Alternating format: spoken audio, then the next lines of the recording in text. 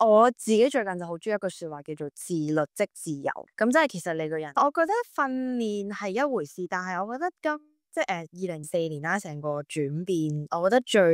最大嘅係大家好，歡迎收睇呢封文。咁今日我好開心邀請到啱啱渣打馬拉松女子嘅本地冠軍羅英喬接受訪問啦。Regine 你好。 Hello，大家好。雖然咧都係嗰句啊，好多人知你係邊個啊，都麻煩你介紹下自己先。大家好，我係 Virginia 羅英喬，咁我就係香港嘅長跑運動，咁就啱啱跑完全馬啦，咁就係咯，而家啱啱復操咯。係咁，不如你都講下你各項 PB 嘅時間啦。5000米嘅 PB 咧就係17分13，跟住10公里咧就係30分34秒，半馬咧就1小時15分42秒，全馬咧就係2小時39分56。呢幾個時間咧，之前有位師兄啦，就做咗一個本地嘅各項目嘅8傑啊，應該全部項目咧都喺頭10裏面啦。如果女子組嘅話，甚至喺男子組咧都係一個好前列嘅位置啦。相信咧呢個時間咧亦都係快過好多好多嘅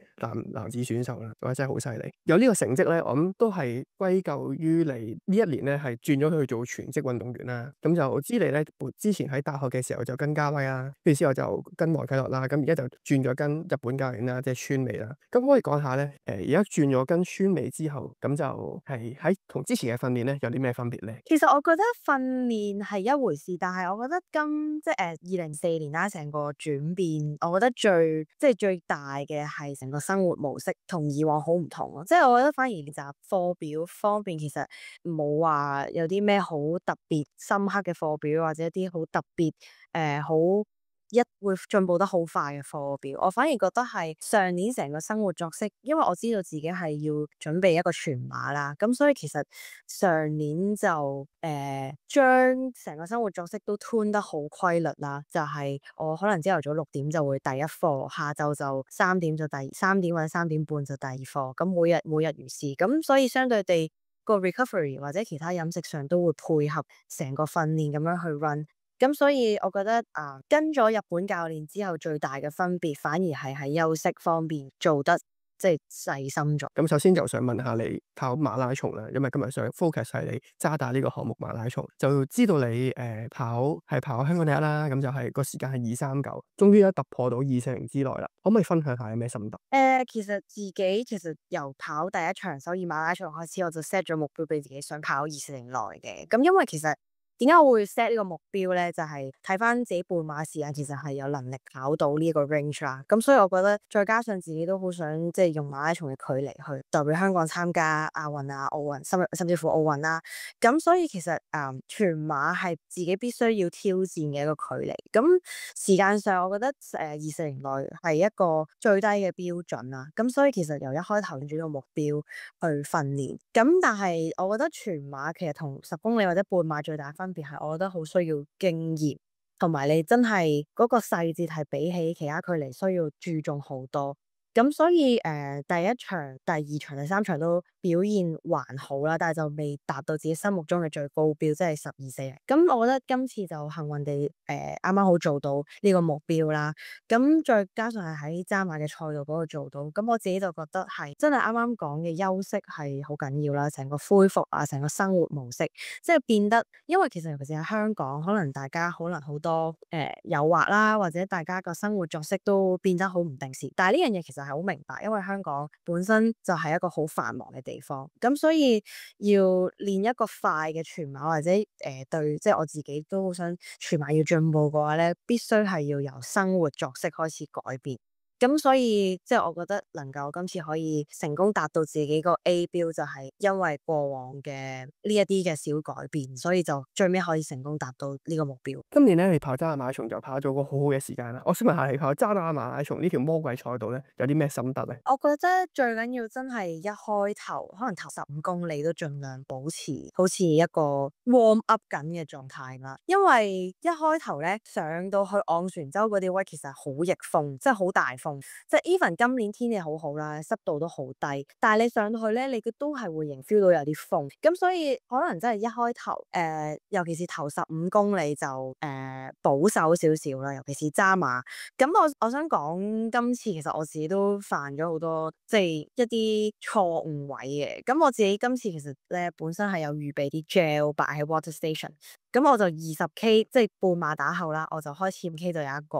咁但係咧，其實我係 miss 咗好多個水站，即係其實我 end up 淨係攞到自己帶定咗一包 gel 啦，我15K 食咗一包，跟住我去到37K 我先食到第二包 gel，因為咧其實原來成個過程係我諗呢樣嘢真係經驗問題啦，係好混亂嘅。雖然我前面唔係話好多人一齊，但係咧其實個情況都係好混亂，同埋咧嗰個攞水啊攞 gel 嗰個其實係電光火石之間，即係你一 miss 咗就 miss 咗。咁所以其實我去到22K 個第一個水站嗰個攞 gel個位，其實我已經 miss 咗啦。咁跟住我直接真係等到去到37K 去到中環個龍和道嗰度咧，我先至食到第二包 gel。所以其實都即係渣馬我自己覺得，尤其是係呢條路咧，自己。即係如果我下次再跑啦，我自己都會帶定多1-2包旁身咁樣咯。即係因為佢嗰個體力應付係好大，尤其是真係出咗西隧之後，嗰個高低咧起伏好大，而且佢係好短啊，即係好急速上落上落，所以咧好容易隻腳咧好容易會抽筋啊，又或者係即係去到已經捱到，其實都係臨尾講緊臨尾3-4K係最辛苦嘅位。咁所以係咯，呢個就係今次渣馬嘅心得。再追問少少啦，呢個雖然咧你中間攞唔到 gel 啦，但係咧會唔會係因為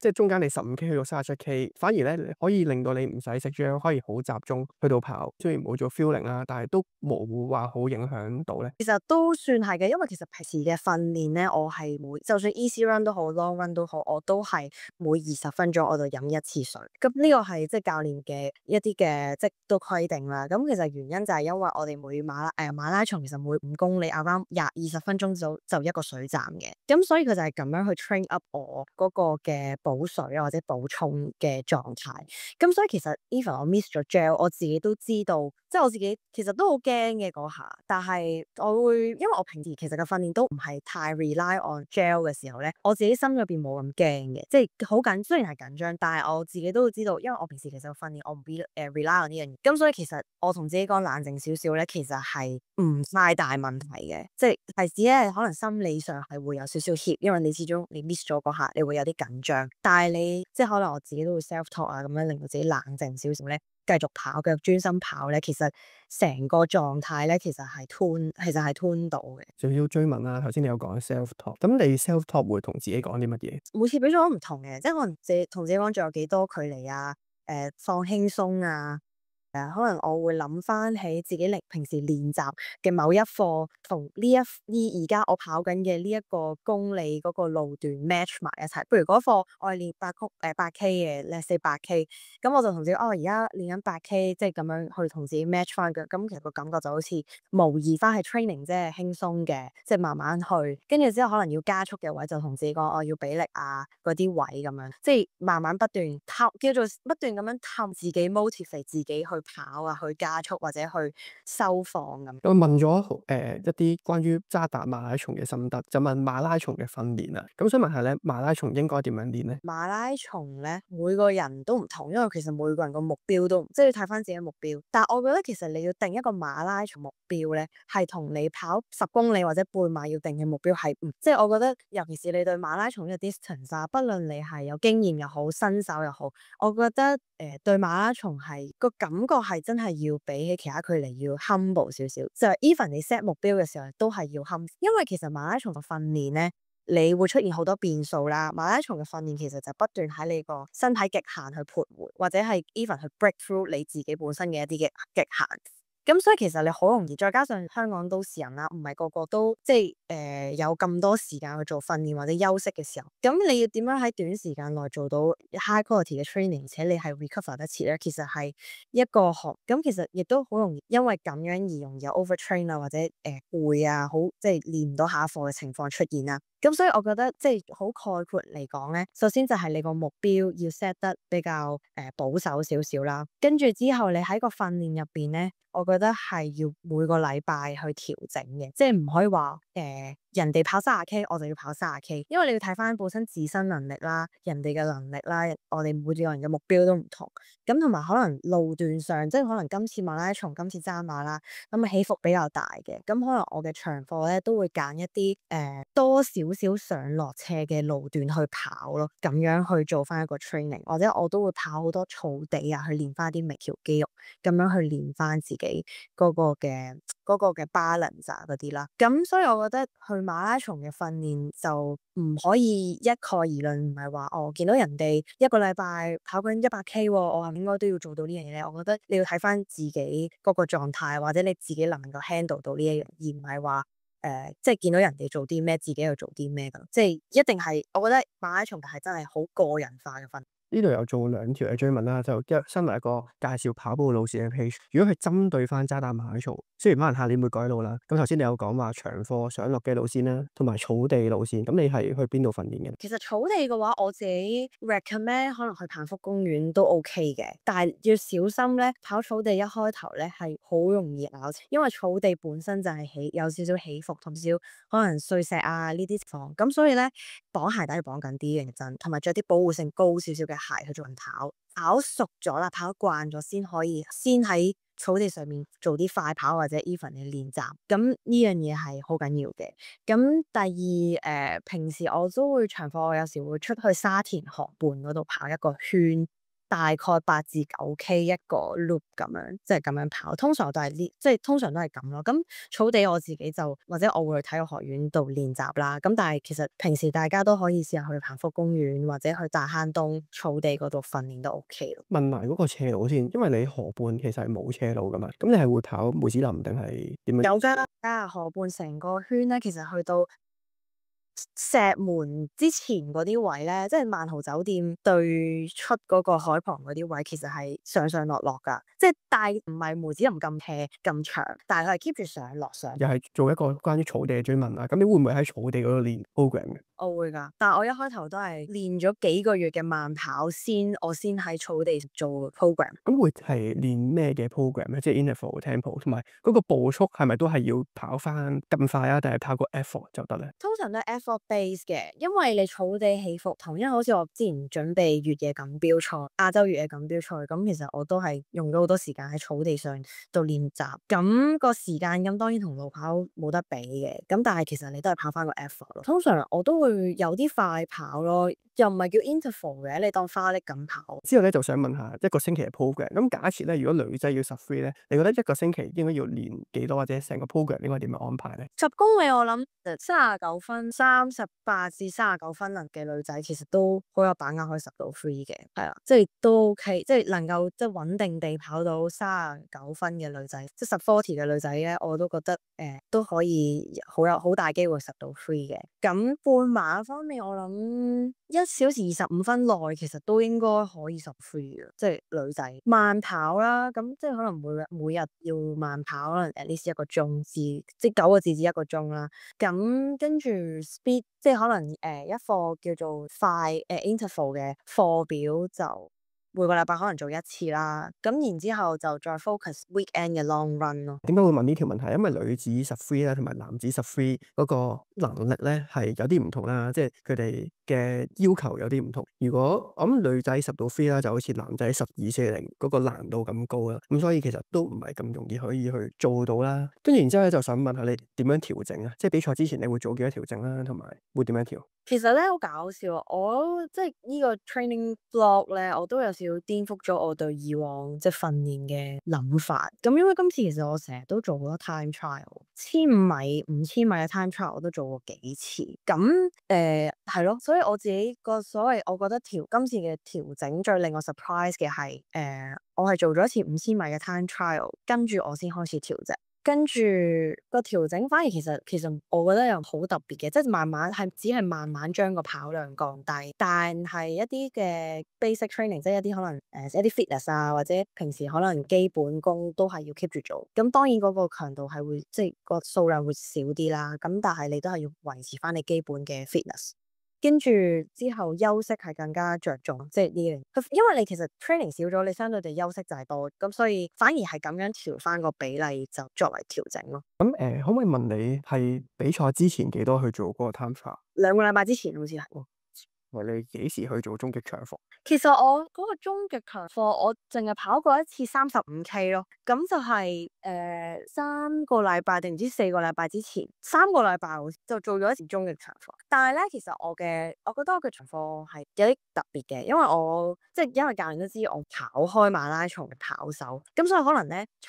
馬拉松嘅課咧就係即係好容易會吃不消嘅，咁所以其實好多時佢都係一日可能我要跑2次長課咯，即係2次嘅20K 咁樣夾埋。作為一個長課，所以其實個感覺上咧，好似冇乜點跑過長課，因為佢成日都將啲長課咧 cut 開咗一半，即係可能朝頭早一課，下晝一課，咁樣其實你全日加埋，其實就已經係過40幾起，但係變相你個雙腳嘅 loading 好細，因為你就 feel 唔到自己原來練緊咁多嘅強。呢個都幾新穎嘅聽法喎，即係將呢個長課斬開一半。跟住咧就想問下你關於 program 上面啦，想問下你最中意嘅 program 係跑啲咩咧？我中意跑花力咯，我中意跑花力。可唔可以介紹一個好中意嘅花力 program？我通常就唔係跑距離嘅，即係可能跑一圈嘅時候，直路就快，彎道就慢咁樣做20次咁，即係我最做。即係100快100慢20次咁樣。類似啊，但係因為我喺草地，所以就唔係真係100米，即係但係佢就直路快，彎路即係彎路就係俾你 recovery 咁。問咗好多關於練習上咧，就問下啲關於練習之外嘅。咁想問下你飲食方面有冇啲咩要注意？飲食其實我冇話特別按咩 diet，但係咧我自己可能特別長課之前啦，我都會食多少少碳水嘅，因為自己第一我長課嘅時候我係唔會食 gel 啦，咁我淨係長課之前我先會自己偷偷地打第一包 gel 嘅啫，即係自己真係食定一包 gel 就係走去成個長課。咁所以我自己通常咁教練都好強調自身你 energy 嘅補給嘅，即係佢係希望你可以運用到你自己身體食物帶俾你嘅能量 ，instead of 一啲即係外在嘅 energy gel 咁樣啦。咁所以咧，我自己通常練課之前或者一啲重課之前咧，我之前嗰課嘅夜晚咧，我都會食多少少碳水，令到自己第二日我有足夠嘅 energy 去應付嗰課咯。咁飲食其實冇話特別嘅，即係純粹係可能食多啲蛋白質啊，或者係同埋唔好食得太油膩咯。可唔可以問下你 carb loading 你係點樣做？其實我自己今次我冇特別計啦，我冇飲到粉嘅，即係但係咧我自己咧知道自己食唔到好多碗飯嘅咧，咁我就會飲一啲嘅飲品，即係可能我每一次食飯咧，我少量多餐啦，可能我以前食一餐晚餐，我 carb load 嘅時候就會食2餐晚餐，咁可能個飯量都會多少少啦。如果係平時係差唔多一碗嘅，咁我去 carb load 嘅時候，盡量側碗半去食啦。但係有時都真係食唔晒，咁我都唔會。今次我覺得最大得着就係我唔會食到自己頂晒胃啦，即係呢樣嘢係經驗問題，即係可能我頭1、2次我太緊張，我會食到自己好飽好飽。但係今次我就覺得其實嗰2次食完之後，我都覺得即係個腸胃都好辛苦，咁所以我今次就決定唔食到咁飽，即係試下呢啲方法啱唔啱自己。咁我自己可能都驚食得唔夠嘅時候，我就會飲一啲甜嘢咯，即係可能檸檬茶啊、橙汁啊呢啲。咁我一路食飯一路飲，咁令到自己即係多啲 extra 嘅糖分咁樣。咁我想問下你比賽嗰一日嘅早餐你係食乜嘢？因為嗰一日咧，我就係食咗一包嗰啲 in jelly 嗰啲啦，因為其實一包 in jelly 已經等於一碗飯量。咁跟住我會食麵包啦，即係簡單消化，可以即係容易消化麵包。跟住之後就飲咖啡咯。咁都係都同平時比賽差唔多，即係冇特別去食飯。冇特別冇飯，喺酒店冇飯，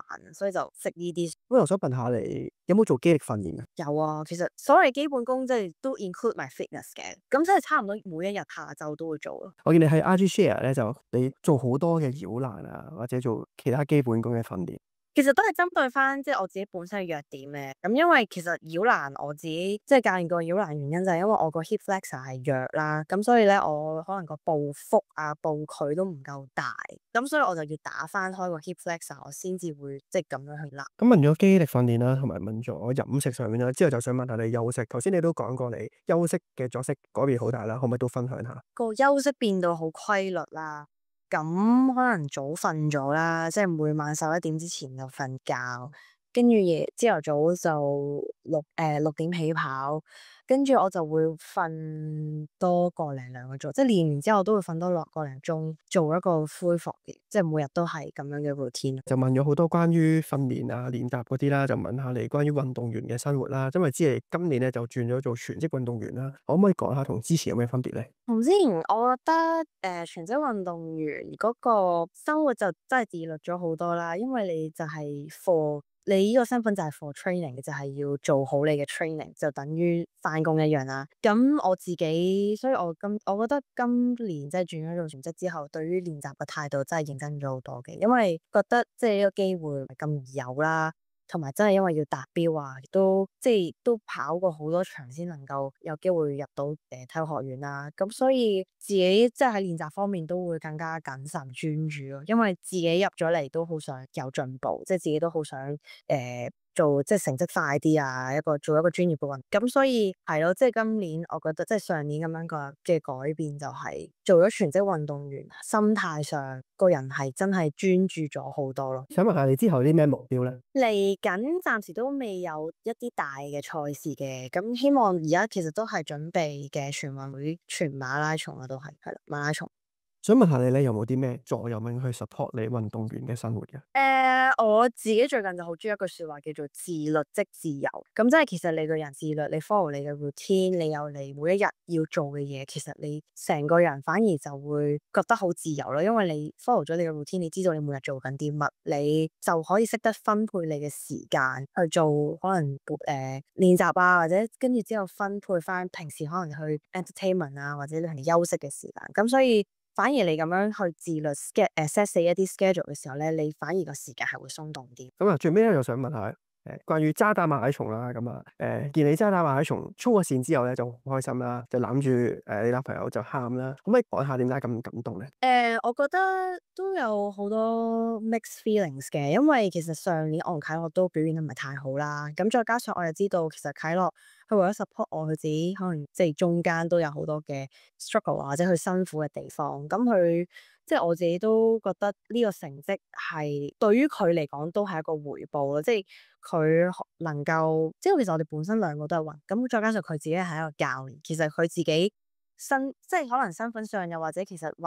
其他嘢啦。其實佢自己都會有啲矛同埋掙扎嘅地方，咁所以我覺得今年或者咁多年啦，我哋一齊奮鬥或者一齊努力咗咁多年，咁我覺得今年係好似個感覺係大家慢慢再變好啦，咁樣即係慢慢啲嘢都開始 smooth，咁又開始即係見到啲成績，見到一啲嘢翻緊嚟，咁所以就好感動咯。咁同埋即係真係喺西隧口見到。即係我同啟樂嘅一個 billboard 啦，咁就係我哋兩個拍手嘅，咁我就覺得好有意境嘅，尤其是嗰個位咧，其實出咗西隧跑個馬拉松至好辛苦嘅，一出咗西隧，因為就要係咁上斜，係咁落斜上，咁我亦都 foresee 到呢一樣嘢啦。咁再加上其實出咗西隧已經係得翻6K，咁其實我已經跑咗30幾 K 嘅啦，其實，咁所以就嗰下已經覺得好攰嘅時候咧，就見到呢個 poster，就我哋兩個拍手，咁好似個感覺就好似即係阿啟樂都同我即係鼓勵我咁樣啦喺嗰個位，咁所以我就覺得好即係感動咯。咁所以衝咗線之後就覺得哇，達到呢個終於都達到即係我哋諗咗咁耐嘅目標啦，咁就好開心咯。即係個運動員去跑馬拉松咧，都唔係淨係自己嘅事啦，即係關於成個訓練嘅團隊啦、教練啦、營養補給啊、按摩師啊，咁所以我相信呢一個開燈而喊都係喜極而泣啦，而唔係攰到喊啦。好，今日就好多謝 Regine 接受訪問啦，就希望下一次咧就有機會翻嚟再揾你接受訪問啦，我哋傾下偈，我哋翻嚟香港咧再揾你跑步嘅。咁都係好多謝 Regine，thank you，拜拜。多謝收睇，如果想睇多啲跑步資訊，歡迎去我 IG。如果想睇更深入嘅跑步 program，歡迎去我 Patreon，而家仲有7日免費試用，多謝收看，拜拜。麻煩 CLS Live Home Run。